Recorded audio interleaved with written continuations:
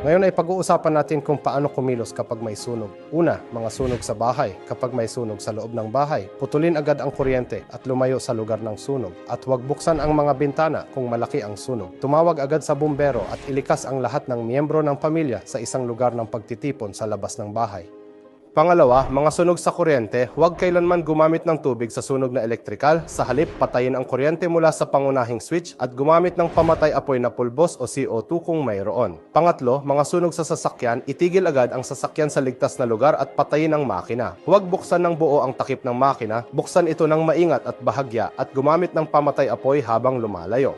Pang-apat, kapag walang magagamit na pangunahing kagamitan sa pag-apula, huwag subukang makipagsapalaran o kontrolin ang malaking sunog mag-isa, kundi lumikas ka agad sa lugar, isara ang mga pinto sa likod mo pagkatapos tiyakin na walang tao at tumawag sa mga autoridad ng pang-emergency. Panglima, paraan ng paglikas sa gusali, kumilos ng mabilis at mahinahon sa pamamagitan ng mga emergency exit at huwag gumamit ng elevator. Tulungan ng iba kung maaari at pumunta sa itinakdang lugar ng pagtitipon sa labas ng gusali. At sana ay magkaroon kayo ng